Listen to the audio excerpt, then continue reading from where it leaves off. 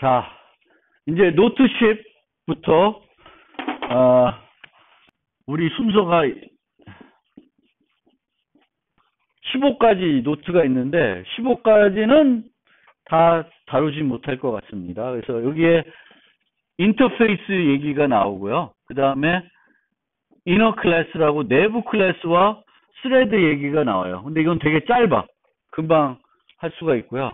그 다음에 이네리턴스 얘기가 나오는데 오브젝트 위주로 설명을 해요. 12장에는. 그 다음에 여기에 템플릿 그리고 람다.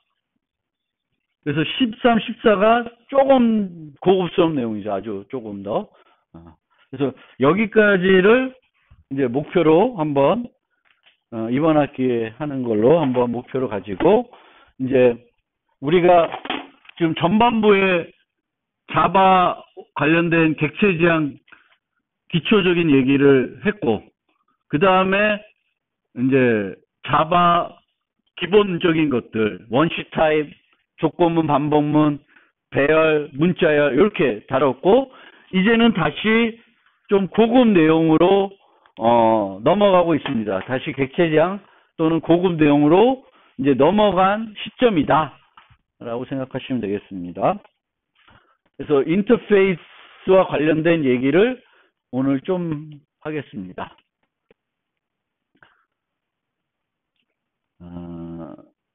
앞서 4장에서도 한번 언급했던 내용인데 인터페이스가 어디서 유용한가, 어떤 경우에 유용한가를 좀 더 다시 한번 살펴보기 위해서 그때도 한번 소개했던 범용 정렬을 다시 한번 생각을 해보기로 합시다. 그래서 그때도 한번 예시로 설명을 간략하게 들었는데 다시 한번 살펴보면 어떤 배열을 정렬하고 싶어요. 근데 정렬하는 알고리즘은 그 배열이 어떤 타입이든 건지 상관이 없어요. 그냥 비교해서 작은 건 맨 앞으로 그 다음 작은 건 두 번째로 갖다 놓으면 되는 겁니다.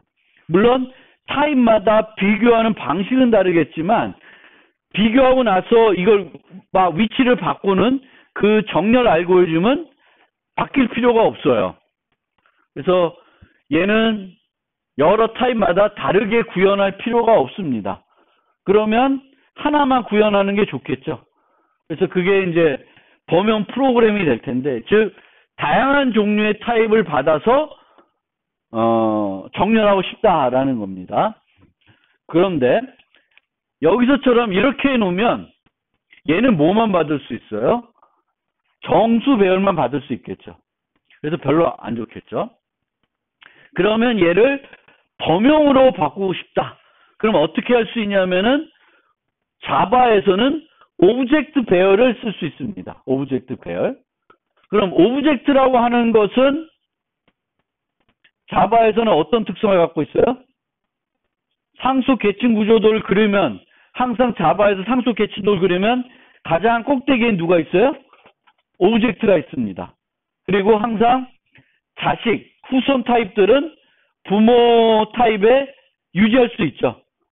펫, 또 캣이 있으면 강아지와 고양이는 펫이라는 리모컨에 유지할 수 있습니다.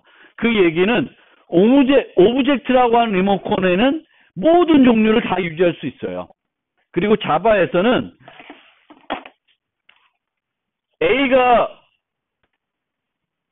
클래스이고 B가 A의 자식이면 자식 클래스면 A 배열이라는 데다가 B 배열을 유지할 수도 있습니다. 얘를 B 형태로 유지할 수도 있지만 A 배열에도 유지할 수가 있어요. 자바에서는. 그러니까 어떤 타입의 배열이면 그 타입의 배열은 B 배열로 유지할 수도 있지만 B의 상위 타입으로도 유지할 수도 있습니다.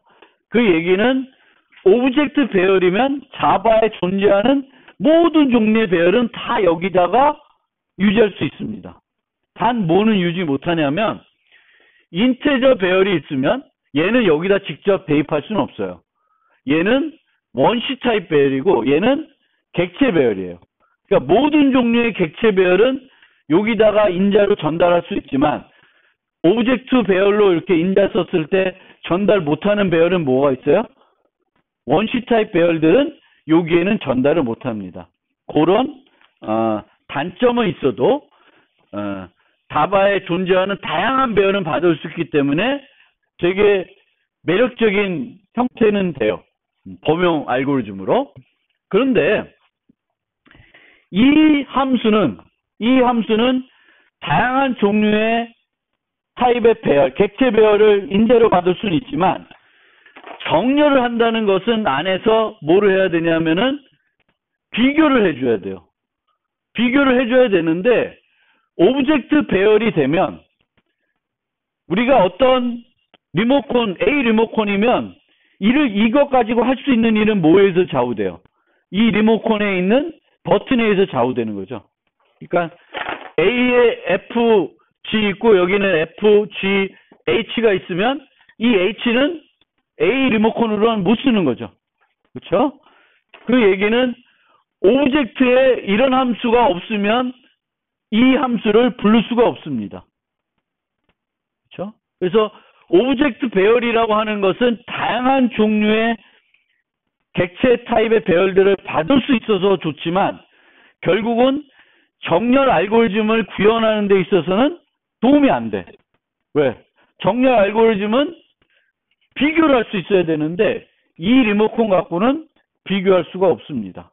그러면은 우리가 이런 sort라고 하는 함수를 만들고 싶으면 뭐가 필요하냐면은 어떤 특정 이름의 compare to라고 하는 이름의 비교 함수를 가지고 있는 애들만 받아야 되는 거죠.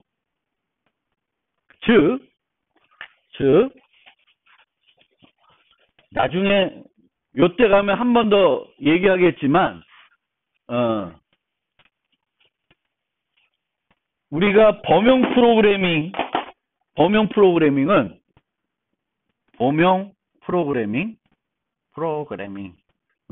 크게 범용 클래스를 만드는 게 있고 범용 함수를 만드는 게 있어요. 두 종류로 나눌 수가 있다는 거예요. 범용 클래스라는 것은 클래스에 다양한 종류의 객체를 유지하겠다는 거예요. 내부적으로. 이 범용 클래스라는 건 이 클래스 안에 뭘 유지하는데 인트도 유지하고 싶고 학생도 유지하고 싶고 모두 다 유지하고 싶은 거예요. 그러니까 범용 클래스라는 거는 세상에 존재하는 모든 타입을 다 유지하고 싶다. 이런 목적을 갖고 있어요. 근데 범용 함수는 그렇지 않습니다. 범용 함수라는 건 뭐예요? 어떤 특정한 기능을 수행해야 되죠. 그러니까 이 범용 함수라는 거는 그 기능을 수행할 수 있는 애들만 와야 되는 거야. 세상에 존재하는 모든 타입이 범용 함수에 다 와야 되는 게 아니라 뭐만 올 수 있어야 돼요? 특정 기능을 하는 애들만 오게끔 제한이 돼야 돼요. 이게 제한할 수 없다 그러면은 범용 함수를 간단하게 만들 수 없습니다. 즉 정렬 함수를 만들고 싶으면은 정렬할 수 있는 애들, 다르게 말하면은 비교 함수를 가지고 있는 애들만 와야 되겠고, 또 비교 함수 가지고 있다 해도 지 마음대로 정의된 비교 함수는 안 돼. 이름이 똑같은 거야 돼. 그러니까 똑같은 이름의 비교 함수 가진 애들만 오게끔 만들 수 있어야지만 강건한 범용 함수를 만들 수 있어요. 그러면 이런 범용 함수를 만들려면은 특정 기능을 가진 애들만 오게끔 만들어야 되는데 그때 뭐가 필요한 거야 그럼? 인터페이스가 필요한 거죠. 인터페이스는 특정 기능을 가진 애들을 묶어줄 수가 있는 거죠. 그래서 comparable이라고 하는 인터페이스를 만들고 여기에 compare to를 선언해 놓으면 이 인터페이스 구현하고 있는 애는 다 뭘 가져? compare to를 가지겠죠. 그러니까 이 오브젝트가 아니라 comparable A 이렇게 되어 있으면 이 범용함수는 강건한 범용함수가 되는 거예요. 왜? 컴퓨터를 가진 애들만 올 수 있고 컴퓨터를 안 가진 애들은 못 오게 됩니다. 그래서 이 인터페이스라는 것이 이 범용함수를 만드는 데 있어서 매우 중요한, 강건성을 높이는 데 중요한 역할을 한다. 오브젝트가 여기서는 크게 도움이 안 된다라는 거예요.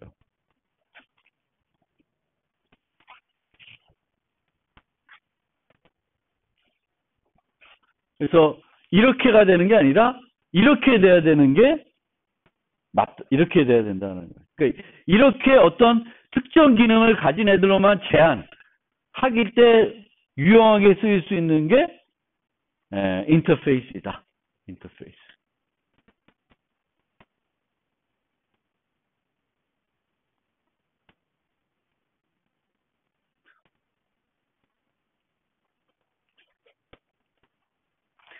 템플릿, 나중에 템플릿 가더라도 이런 식으로 템플릿을 오브젝트 대신에 T를 만들고 있는데 이렇게 만들더라도 이 강건성이 해결되지 않아요. 여전히 이 경우도 나중에 요때 13장 가서 설명드리겠지만 인터페이스가 여전히 필요합니다.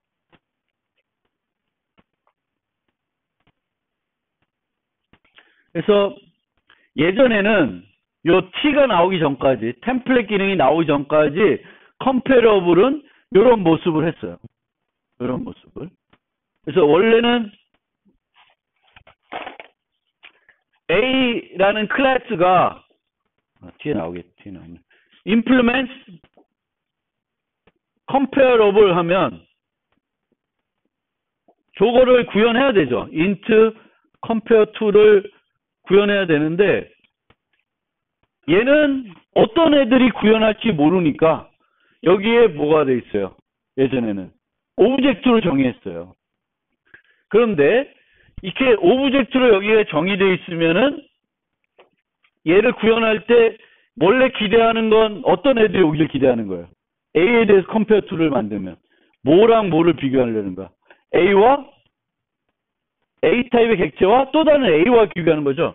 여기에 원래는 A가 있어야지 좋은 건데 A가 있을 수가 없는 거예요. 왜냐하면 컴페어러블 구현할 때는 어떤 애들이 구현할지 모르니까 오브젝트로 여기다 해놓은 거예요. 그런데 이제 템플릿 기능을 쓰면 여기다가 T 쓰고 여기다가 T를 쓸 수가 있습니다. 그렇게 되면 어떤 차이가 있냐? 예전에는 여기가 컴패러블이고 템플릿을 안 썼으니까 요 타입이 뭐가 돼요? 오브젝트가 돼요. 그럼 이 안에서는 뭐가 올까? 원래는 언제 컴페어 툴을 쓰겠어요? 뱅크 카운트와 또 다른 뱅크 카운트 비교할 때 쓰겠죠, 일반적으로는. 그런데 여기가 오브젝트니까 엄한 애들이 올 수도 있어요. 막을 수가 없어요. 그리고 원래 있는 뱅크 카운트가 올 테니까 얘를 다시 뭘로 바꿔줘야 돼? 뱅크 카운트 바꿔서 여기서 프로그램을 해야 되겠죠. 그런데 이제 이 자바 OE에 여기 템플릿 기능이 오면 여기에 이제 오브젝트 안 쓰고 뭘 써요? 뱅크 카운트 쓸 수 있어요. 그러면 얘와 얘의 차이는 뭐예요? 그러니까 템플릿이 없었을 때와 이제 있었을 때와의 차이점은 사용자들이 프로그램을 할 때 타입 변화는 안 해도 된다는 것 뿐이에요. 예전에는 템플릿 기능이 없었을 때는 사용자들이 어떤 애들이 이런 애들을 구현할지 모르니까 뭐가 올지 모르니까 오브젝트를 써놓은 거예요. 오브젝트의 모든 객체들을 처리할 수 있으니까 오브젝트로 써놓는 거예요. 그런데 이제는 오브젝트로 써놓으면 불편한 것이 우리가 필요할 때마다 타입 변환을 해야 되는 불편함이 있어요. 그 불편함을 해소하기 위해서 이제 템플릿이 도입되면서 이렇게 이제 타입 변환 없이 쓸 수 있습니다. 그래서 비교. 그래서 자바에서는 우리가 두 객체가 같은지는 어떤 메소드를 쓴다? equals라는 메소드를 써요. 그 equals라는 거 어디에 정의되어 있다? 오브젝트에 정의되어 있는 거고 내가 필요하면 재정의해서 써줘야 돼요.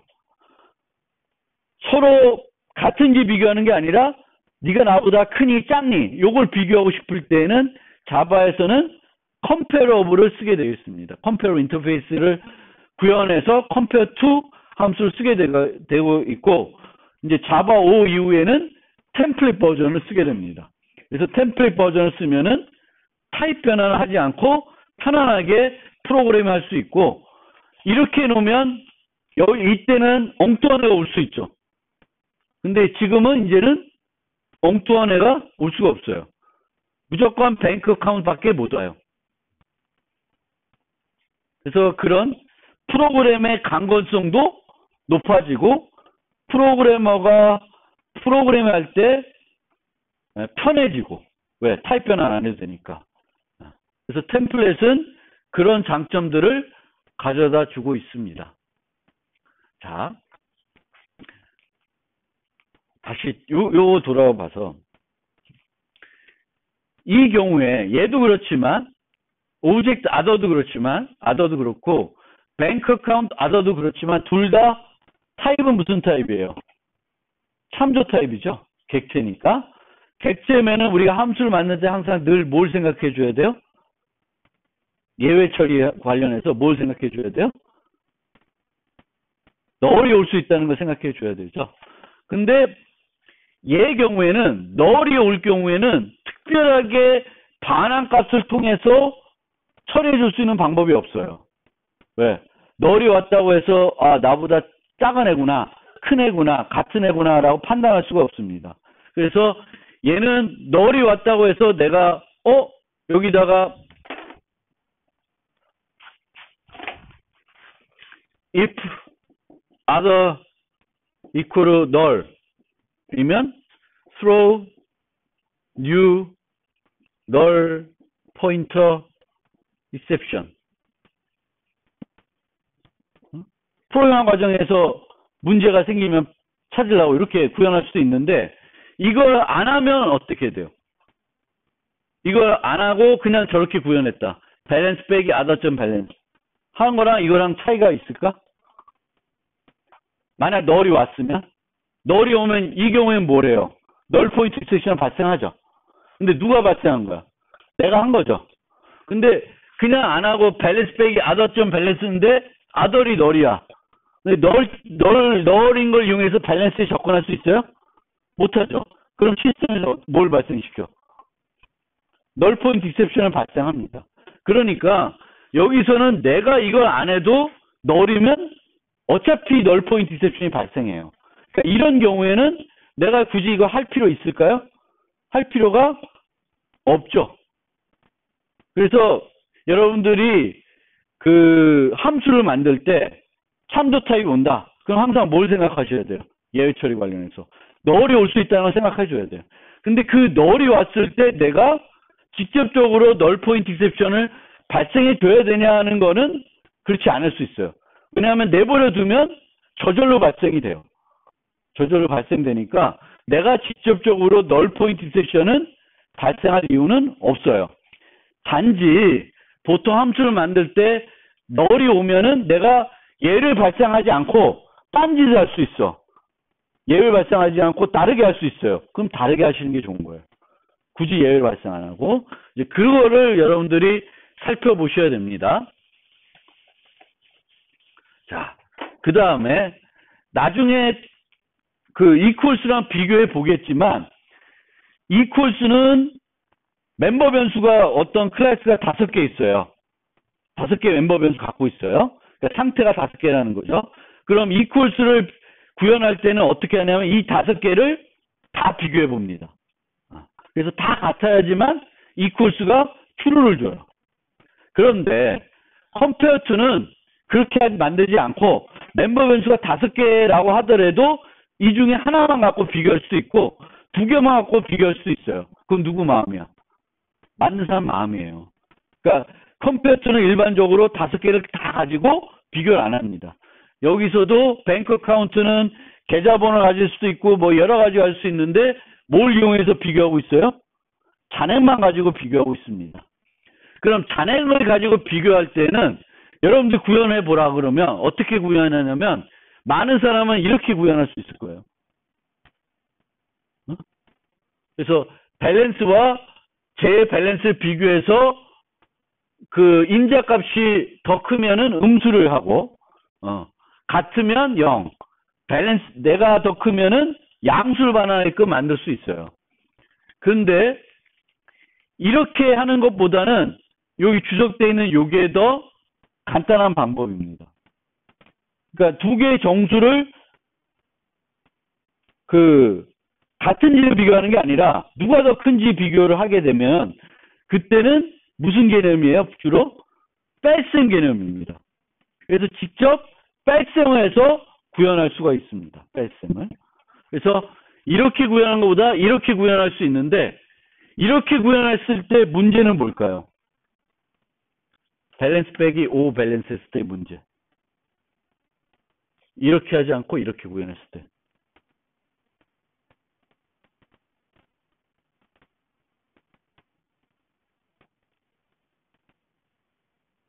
요 위에서는 오버플로우 발생할 수 있나요? 요 과정에서는 이렇게 만들면 오버플로우 발생 안 해. 근데 밸런스 빼기 5 밸런스를 하면 이건 오버플로우 발생할 수가 있어요. 이거의 범위에 따라서. 그런데 실제 우리가 가정하는 밸런스는 어떤 값이에요? 은행 계좌에서는 밸런스는 양수죠, 다. 0보다 크죠. 그럼 0보다 큰 애를 서로 빼면 오버플로우 날 수 있어요? 안 나요.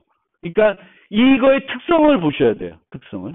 만약에 내가 오버플로우가 걱정이 된다. 그러면은 뺄셈하지 말고 이렇게 구현하지 말고 요거를 활용하시면 좋아요. 요거를 인테저 컴페어해서 이렇게 하면은 오버플로우 안 난다. 안 나게 비교를 해줍니다. 그러니까 통사 비교하려면 이렇게 많이 하실 텐데 이렇게 하지 말고 뺄셈 개념을 생각하세요. 근데 뺄셈 개념을 생각했을 때 내가 사용하는 데이터가 오버플로우 날 수 있어. 그러면 그걸 내가 또 직접 처리해 주지 말고 뭘 쓰시면 돼요? integer.compare를 써주시면 이 안에서 다 오버플로우를 처리해 줍니다. 그래서 깔끔하게 됩니다. 그래서 이렇게 하시면 돼요. 그래서 요거 요 세 개를 잘 이해해 주시면 좋겠습니다. 코딩을. 그러니까 비교 연산사 컴페어 툴을 만들 때. 그래서 이 컴페어 툴은 항상 우리가 만드는 연산자 중에 하나고 뭐 이런 특징들을 다 갖고 있어요. 비대칭성, 삼분법, 뭐 추이성, 어쨌든 등 보시면 될 거고요. 이 컴페어 툴의 문제점은 뭐냐? 비교 방식이 고정된다는 거예요. 여기에 구현된 거에 따라서 이제 모든 애들이 그걸 쓴다는 거예요. 그래서 다른 비교 방식을 원하면 어떻게 되냐? 예를 들면 스튜던트 클래스에 학생 이름을 이용하여 비교한 컴페어 툴 메소드가 정의되어 있다. 그럼 학생 객체 배열이 스튜던트가 있을 때 array sort 해가지고 스튜던트를 주면 이거 범용 정렬 함수죠. 그러면 얘를 주면 얘는 뭘 이용해서 얘를 정렬해요? 컴페어 툴을 이용해서 정렬해요. 만약에 내가 스튜던트를 만들었는데 컴페어러블 구현하지 않고 있어. 그럼 여기 전달할 수 있을까 없을까? 전달할 수 있을까 없을까요? 전달할 수가 없습니다. 그래서 구현해 놓으면 정렬을 해요. 정렬을 하는데 만약에 내가 여기에 정의되어 있는 이름을 이용해서 비교하고 싶지 않아. 그러면은 그 비교할 때 쓸 함수를 만들어서 줘야 돼요. 근데 만들어줘야 되는데 예전에는 함수만 전달할 수 없으니까 함수를 전달할 때 뭘 전달하겠어요? 옛날에 함수를 전달 못해. 함수의 인자로 함수를. 그러면 그 대신에 뭘 전달하면 될까? 이렇게 클래스를 만들고 그 클래스의 객체를 전달했어요. 그러면 원래 얘는 요 스튜던트 안에 정의되어 있는 컴페어 투 함수로 정렬했습니다. 요 얘는 컴페어 투 함수 쓰지 않고 요걸 이용해서 정렬하는 거예요. 요거는. 그래서 학년 갖고 정렬해 줍니다. 근데 이제 자바 8 이후에는 그냥 뭐 이거 람다 표현식인데 나중에 설명드리겠지만 함수만 전달해서도 이렇게 할 수 있게끔 되어 있습니다. 그래서 이런 식으로 간단하게 할 수 있다. 그래서 compare to는 특정한 우리가 하나 구현해 놓으면 그 코드를 수정하지 않는 한 늘 비교할 때 쓰는 건 뭐예요? 학년만 가지고 뭐 이름 갖고 비교했고 만들어 놓으면 이름만 갖고 하겠죠. 근데 우리가 하다 보면 이름 가지고 비교할 때도 있고 학년 가지고 비교해야 되는 경우도 있고 뭐 나이 순으로 비교해야 될 때도 있고 여러 가지가 있잖아요. 그럴 때마다 프로그램을 수정하는 게 아니라 뭐만 제공해 주면 돼요? 비교할 때 사용될 함수만 제공해 주면 돼요. 그때도 주로 이렇게 빼기를 해서 제공해 주면 되겠고 뺄 때 그 오버플로우가 걱정되면은 뭘 이용하면 돼요? 인테저 컴페어라는 걸 이용해 주시면 되겠다.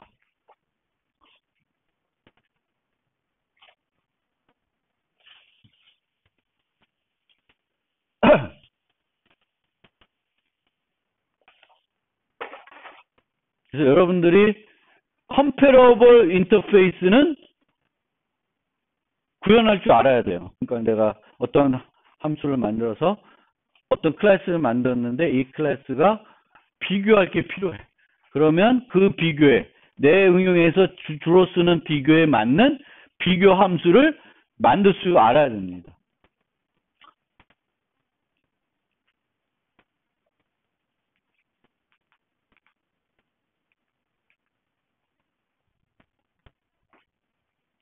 시간 관계상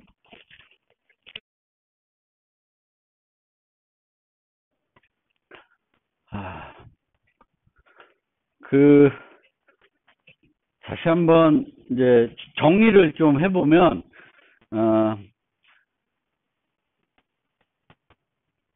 인터페이스는 서로 어떤 논리적으로 관계는 없지만 같은 이름의 메소드를 가진 애들을 묶어줄 수 있게 해주는 어떤 요소예요. 그래서 똑같은 리모컨을 가지고 여러 애들을 처리할 수 있게 해주는 상속 말고 또 다른 방법이 인터페이스죠. 그리고 이 인터페이스는 방금 봤던 그 범용 정렬 같은 범용 함수를 만들 때 매우 유용하게 사용이 된다. 그 얘기를 말씀드렸고요. 그리고 그 인터페이스 중에 우리가 가장 많이 구현하는 것 중에 하나가 컴패러블이다. 자바에서는 컴패러블은 컴페어 투 메소드를 가지고 있고 그 객체들을 서로 비교할 때 서로 큰지 작은지 비교할 때 이제 사용되는 함수이거든요. 그래서 우리가 어떤 클래스를 만들 때 90% 정도는 거의 대부분은 컴페어 투를 구현하게 됩니다. 그래서 여러분들도 여러분들이 원하는 기능이 되게끔 컴페어 투 메소드를 구현할 수 알아야 됩니다. 그래서 알아야 되고 잠깐만.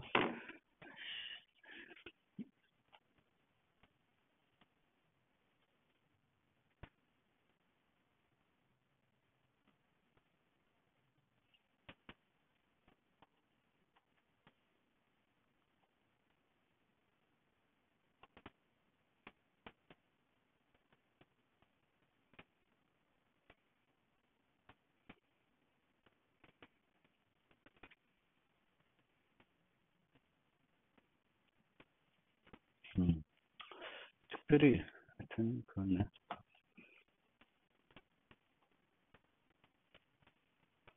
그래서 보통 나중에도 시험 같은데 이런 클래스가 주어지고 컴페어 투를 구현해라. 그러면 이렇게 요 경우에는 뭐만 이용해서 비교하고 있는 거예요? 이름만 이용해서 비교하고 있는 거죠. 학생의 이름만. 그래서 컴페어 투는 꼭 모든 애들을 다 이용해서 비교할 필요는 없습니다. 내가 필요한 것이 학생 이름만 비교하는 게 필요하다. 그럼 이렇게 만들어 놓을 수 있고요. 만약에 여기 어떻게 있냐? 여기 보면 학생 이름, 학번, 학년이 있잖아요. 만약에 두 가지를 이용하고 싶다. 두 가지를. 예를 들면 뭘 할까? 이름을 비교하는데 이름이 같으면 학년을 이용해서 비교한다. 이렇게 이제 만약 구현을 하고 싶으면 보통 어떻게 구현하냐면 먼저 비교하고 싶은 거를 먼저 비교를 해요. 그래서 얘가 0이면은 뭐야? 0이면은 비교하려는 그 대상과 내가 이름이 같은 경우죠. 그렇죠? 그러면은 그 다음에 뭘 이용해서 비교하기로 했어요? 학년을 이용해서 비교하기로 했죠. 그러면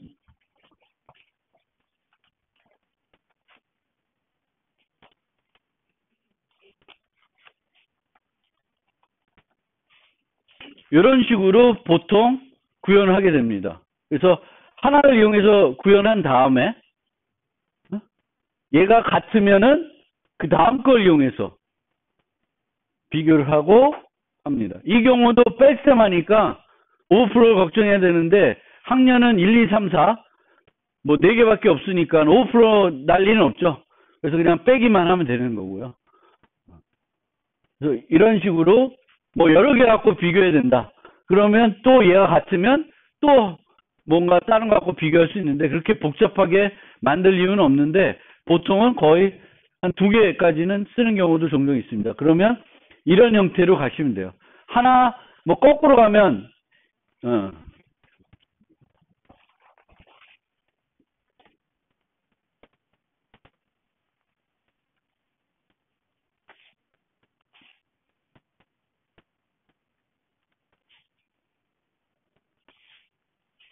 이렇게 만들면은 처음에 뭐부터 비교하는 거예요?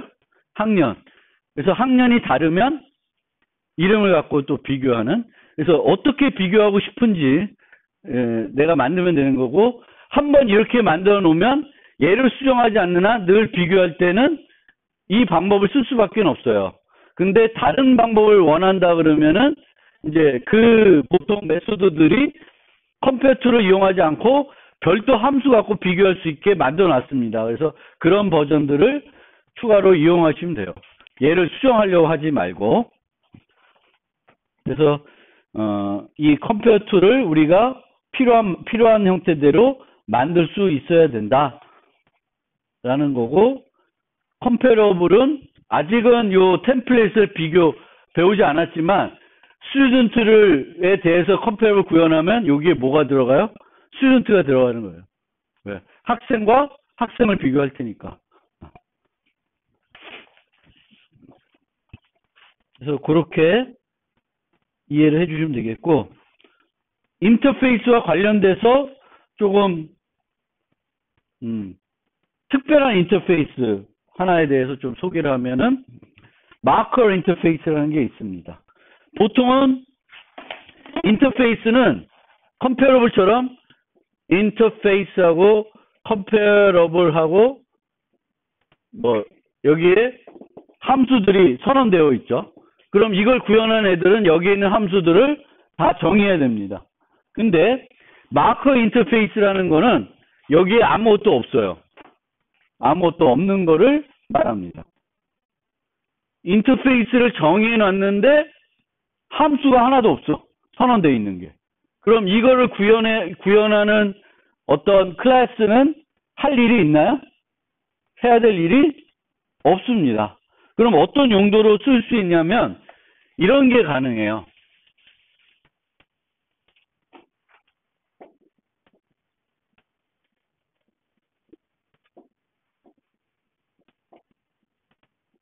이렇게 만들어 놓고 상징 어블 해놓고 내가 만든 모든 클래스는 implement 상징 어블이라고 써놓습니다. 그러면 나중에 뭘 할 수 있을까요, 내가? 이 클래스가 김상진이 만든 건지 안 만든 거를 체크할 수가 있죠. 그러니까 이게 필요하다는 건 아닌데, 이런 거를 할 수 있다는 거예요. 그래서 마커 인터페이스는 이 클래스가 어떤 특성을 갖고 있다라는 것을 나타내기 위해서 이런 빈 인터페이스를 구현할 수 있습니다.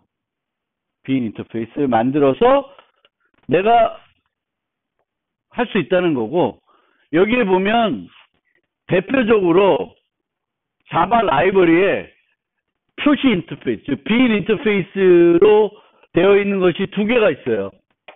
serializable하고 clonable 두 개가 있는데, serializable은 어디에 쓰이냐면은 객체를 파일 시스템에 저장할 때 쓰여요. 파일 시스템에 저장할 때 쓰이는데, 내가 내 클래스를 보고 어떤 기준이 있지만 보고 내 파일은 그냥 그 자바에서 제공하는 객체를 저장하는 방식을 이용해서 저장해도 아무 문제가 없어 라고 생각되면은 얘를 써주는 거예요. 그리고 만약 문제가 있을 것 같으면 안 써줘. 그러면은 내 클래스는 자바에서 제공하는 객체를 파일 시스템에 저장하는 것 가지고, 저장하는 어떤 기능 가지고는 저장하지 못하게 됩니다. 그러니까 내가 내 클래스를 만들고 이 클래스가 내가 생각할 때 어떤 특성을 갖고 있어. 그러면 해주는 거고, 특성을 안 갖고 있으면 안 해주면 돼요. 그러면 거기에 따라서 올바르게 동작을 합니다. 그럴 용도로 이제 마커 인터페이스라는 것을 사용할 수가 있다라는 겁니다. 그러니까 어떤 함수를 가져야 되는 게 아니라 어떤 특성을 가져야 돼요. 특성을. 그래서 요거를 설명할 일이 15장 가면 파일 처리 하는데, 여기까지는 아마 보통 강의가 안 돼서 설명드리기 어려울 텐데, serializable은 이 개념이 어디서 나오는 거예요? 샬롯 커피, 딥커피가. 객체를 복제할 때 나오는 개념이죠. 파일 시스템에 저장하고 불러올 때는 이거에 반대 개념이 있어요. 반대 개념. 반대 개념이 뭐냐면, 원래 이런 모습이었어요. 두 개의 객체가 똑같은 걸 가리켰어요. 그럼 파일 시스템에 저장했다가 불러들였는데 어떻게 불러들이냐면 이렇게 불러들이는 형태가 되는 거예요. 그럼 곤란하죠. 원래 이렇게 되어 있으면 파일 시스템에 저장하고 다시 불렀을 때도 이렇게 돼야 되는데 그렇게 안 된다는 거예요. 이 문제가 있어서. 그래서 이런 문제가 있는 애들은 serialize 하지 않다고 표시해 놓으면 저장 안 합니다. 아니면 우리가 별도 저장하는 방법을 구현해 줘야 돼요. 그런데 문제가 없으면 얘를 뻥 써주면 알아서 그냥 덤핑해서 쫙쫙쫙쫙 저장을 해줍니다. 어쨌든 요거는 복잡한 개념이니까 그것까지 자세히는 나중에 15장 가서 궁금하신 분은 제가 강의 자료는 올려놓으니까 별도 공부해 보시고요. 어쨌든 자바에는 빈 인터페이스라는 거를 만들어 쓸 수 있다. 그런데 요 클로너블도 빈 인터페이스예요. 근데 클로너블은 뭐냐면은 복제를 할 수 있다라는 거죠. 뜻에 의하면.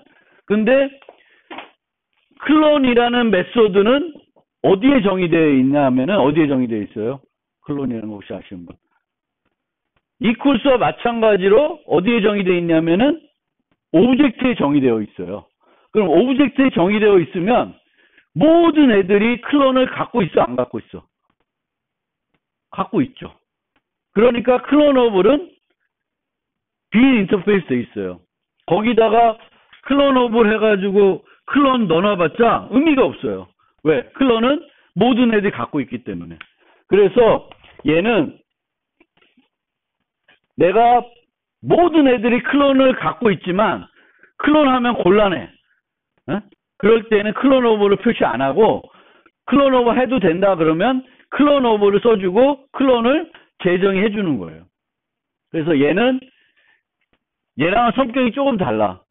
그러니까 얘도 빈 인터페이스이지만 얘가 빈 인터페이스인 이유는 얘랑은 조금 달라요. 왜? 얘가 갖춰야 되는 메소드인 클론 메소드는 모든 애들이 이미 갖고 있기 때문에 여기다 선언해봤자 의미가 없기 때문에 빈 인터페이스로 되어 있다라는 거예요. 그래서 그거는 좀 구분해서 살펴볼 필요가 있습니다. 좀 복잡하죠? 복잡한데 어쨌든 빈 인터페이스로 어떤 함수가 아니라 특별한 특징을 갖고 있는 애들을 묶어줄 수 있는 어떤 기능으로서 인터페이스를 사용할 수도 있다라는 거예요. 그런 얘기고. 그 다음에 자바 8부터는 인터페이스에 이제 메소드를 선언만 하지 않고 정의를 할 수 있다 그랬어요. 근데 이거를 정의할 수 있게 한 이유는 뭐 객체장 기능을 풍부하게 만들기 위해서 한 것이 아니라 어떤 라이브러리를 확대하려 보니까 불카피해서 만든 요소다라고 설명을 드렸었습니다. 즉 인터페이스 I라는 게 있는데 여기에 F라는 게 있었어요. 그러면 이 인터페이스를 한 1000개 클래스가 다 구현하고 있어요. 그럼 얘네들은 다 F를 갖고 있겠죠. 근데 이렇게 잘 사용하다 보는데 갑자기 이제 라이브러리 확대에 대해서 여기에 G라는 걸 넣어야 될 것 같아. 그럼 G를 넣는 순간 얘네들을 컴파일하면 어떻게 돼요? 다 오류나요. 이 오류를 해결하기 위해서 여기다 어떻게 했냐면 디폴트 G 해가지고 빈 메소드로 만들 수 있게 해놨어요. 그러면은 얘네들은 어때? 아무런 문제 없겠죠. 그리고 저 G를 필요한 사람들은 여기다가 추가로 구현할 수도 있죠. 그래서 디폴트 메소드는 라이브러리를 조금 자연스럽게 확대할 수 있게 만들기 위해서 도입된 요소다라는 거예요. 그래서 기존의 인터페이스를 잘 쓰고 있었는데 그 인터페이스를 좀 확대할 때 기존 애들은 계속 컴파일 되면서 사용될 수 있게끔 하면서 이 인터페이스를 점진적으로 확대할 수 있게끔 그럴 필요에 의해서 도입된 요소이다. 디폴트 메소드라는 게. 그리고 이 디폴트 메소드가 메소드를 정의할 수 있지만 정의할 수 있다고 해서 의미 있는 일을 하기에는 힘들어요. 왜? 얘는 뭘 안 가져? 클래스와 달리 인터페이스는 상태를 안 가지죠. 상태를 안 가지기 때문에 얘를 의미 있게 구현하기가 별로 이렇게 쉽지가 않아요. 그래서 얘는 보통 빈 인터페이스나 예외를 발생하게끔 해서 간단하게 만들 때 많이 쓰입니다. 그리고 만약에 인터페이스에 그 상태를 넣을 수 있게 되면 이제는 어떻게 돼요? 인터페이스와 클래스가 차이가 없어지죠. 그래서 그렇게까지는 가지 않고 있습니다. 그래서 원래 인터페이스는 그냥 선언만 할 수 있다라고 생각하고 쓰시면 되겠고 여기에 디폴트 메소드를 도입한 이유는 얘를 좀 점진적으로 확대하면서 기존 애들한테 영향을 덜 주고 확대할 수 있게 하기 위해서 도입된 요소인데 하다 보니까 나름대로 쓸 때도 있어요. 그래서 이제 예를 들면 이제 쓸 때라기보다는 얘는 이제 일반적인 예제인데 만약에 이제 이렇게 만들어 놨어요. 그럼 set name, get name, set nickname, get nickname 이렇게 4개의 인터페이스를 갖고 있죠. 메소드를. 그럼 얘를 구현하는 사람은 반드시 뭘 구현해야 돼? 얘만 구현하면 돼요. 나머지는 선택적으로 구현할 수 있습니다. 그렇게 이제 만들어진 거예요. 그래서 디폴트를 통해서 선택적으로 구현해도 되게끔 만들어 놓는 겁니다. 그런데 이제 이렇게 디폴트 메소드를 사용하게끔 하니까 어떤 문제가 생기냐면은 자바에는 없었던 똑같은 이름의 정의가 되어 있는 2개의 메소드를 물려받는 경우가 생겨버리는 거예요. A도 foo라는 디폴트 메소드 갖고 있고 B도 foo라는 메소드 갖고 있는 건데 C, D는 둘 다 구현하고 있죠. 그러면 A, B를 둘 다 구현하고 있으니까 얘는 foo를 몇 개 받아? 2개를 물려받는 거죠. 그럼 여 입장에서는 이제 모호해지는 거예요. 2개 갖고 있으니까. 그럼 이 경우에는 자바는 오류를 줍니다. 문법 오류예요. 근데 D는 에러가 안 나. 어떻게? 재정의하면 돼요. 재정의하게 되면 얘 D는 이제 하나로만 있는 거니까 밖에서 D를 이용해서 fu를 부르면 모호한 것이 없어요. 그래서 이렇게 여러 인터페이스, 똑같은 이름의 디폴트 메소드 같은 걸 여러 개를 물려받게 되면은 여기서는 어떻게 해줘야 돼요? 반드시 재정의 해줘야 돼요. 재정의 안 해주면 문법 오류가 나게 되겠고, 만약에 내가 물려받으면서 A나 B 중에 하나를 물려받고 싶어. 그러면 여기다 구현하는 게 아니라 이렇게 가시면 돼요. 만들어주고 A.super.fu. 그러면 D의 fu를 부르면 어떤 게 불러져요?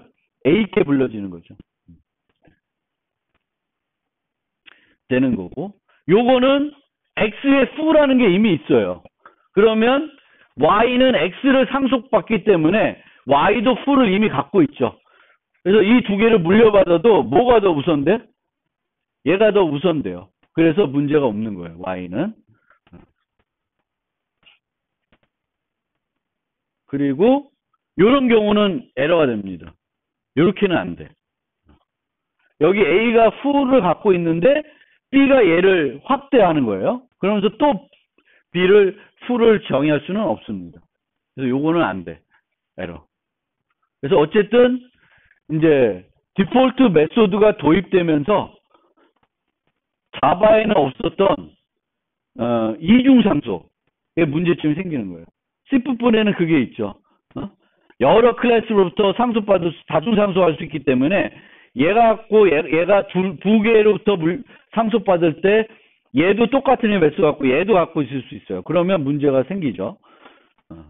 근데 자바도 이제 자바는 그게 싫어서 이제 다중상속을 없앴는데 디폴트 메소드가 도입되면서 그 C++만 등장했던 문제 중에 몇 가지가 여기서도 이제 등장한다라는 거예요. 그리고 그거를 이런 식으로 해결하고 있다. 모호성을 없애서 해결하고 있다라는 거고요. 제대로 이 디폴트 메소드를 우리가 유용하게 쓸 수 없다고 얘기했는데 몇 가지 고민해보면 유용하게 쓸 때도 있습니다. 보시면은 int size, 컬렉션은 사이즈를 늘 주게 돼 있어요.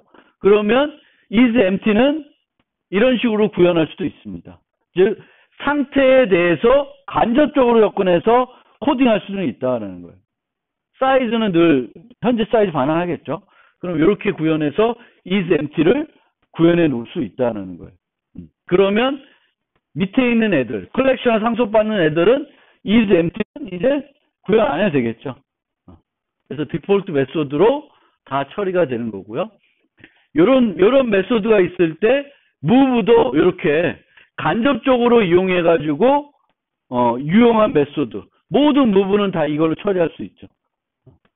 그래서 getX에서 델타 X만큼 해 가지고 다시 set. 그러면 좌표가 현재 XY에서 새 XY로 바뀌겠죠. 그래서 뭐 디폴트 메소드가 보통은 이런 식으로 뭐 예외 처리하거나 이렇게 간단하게 하거나 빈 메소드 하거나 이런 게 이제 일반적인데 간혹 여기처럼 의미 있게 사용될 수도 있습니다. 그리고 그런데 우리가 이 디폴트 메소드를 도입한 이유는 이런 인터페이스가 있었을 때 여기에 새로운 함수를 추가해야 됐기 때문에 디폴트 메소드를 도입한다고 그랬죠. 근데 여기에 새로운 함수를 추가하고 싶을 때 할 수 있는 방법이 두 가지가 있습니다. 하나는 bar을 넣는데 디폴트로 넣는 거예요. 이런 방법이 있고 또 하나는 얘는 그대로 두고 B를 만들면서 B는 얘를 확장하면서 bar을 디폴트 추가하거나 이런 식으로 추가하면 되는 거예요. 그러니까 무슨 얘기냐면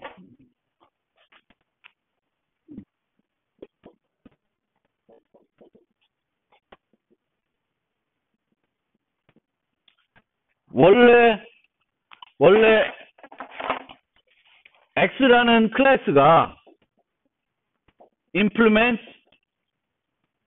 A를 하고 있어요. 그럼 얘는 뭘 갖고 있어요? who를 갖고 있겠죠. who가 정의되어 있어요. 그런데 바가 이 A에 들어가야 돼. 들어갈 필요가 생겼어요. 그러면 하나 더 만들어 봅시다. 클래스 Y implements A. 얘도 who를 갖고 있어요. 두 개가 있는데 이런 방식을 택했다. 이런 방식을 택했는데 X는 바가 필요해. 그러면 여기다가 바를 추가하면 되는 거죠. 추가하면 돼요. 그런데 이 방법을 쓰지 않고 이 방법을 쓰면 얘는 어때? 얘는 그냥 내버려 두면 되죠. 근데 두 번째 방법으로 가는 거는 얘는 내버려 두는데 얘를 뭘로 바꾸는 거예요? A를. 얘를 B로 바꾸는 거예요. 그럼 얘는 그냥 계속 가는 거고 얘는 A를 계속 갖고 있는 게 아니라 B를 갖고 있게 해가지고 바를 추가하게끔 만드는 거예요. 그러니까 이게 없더라도 우리가 또 다른 방법으로는 이 A를 확정한 새로운 인터페이스 만들어서 여기다가만 바를 넣어주는 방법도 있어요. 그래서 이런 방법이 이렇게 하는 것이 더 올바른 방법일지도 모른다라는 겁니다. 그래서 여러분들도 기존에 인터페이스가 있다가 이 인터페이스에 뭘 추가해야 될 때 디폴트 메소드 써서 추가하는 방법도 있고 디폴트 메소드 쓰지 않고 얘는 그대로 둔 상태에서 얘를 확장한 또 다른 인터페이스를 만들어서 바를 필요한 애들은 B를 쓰게끔 하고 바가 필요 없는 애들은 계속 그냥 A를 쓰게끔 내버려 두는 방법도 있습니다. 그래서 그렇게 선택적으로 여러분들이 필요에 의해서 사용하시면 좋겠다. 그런 거고.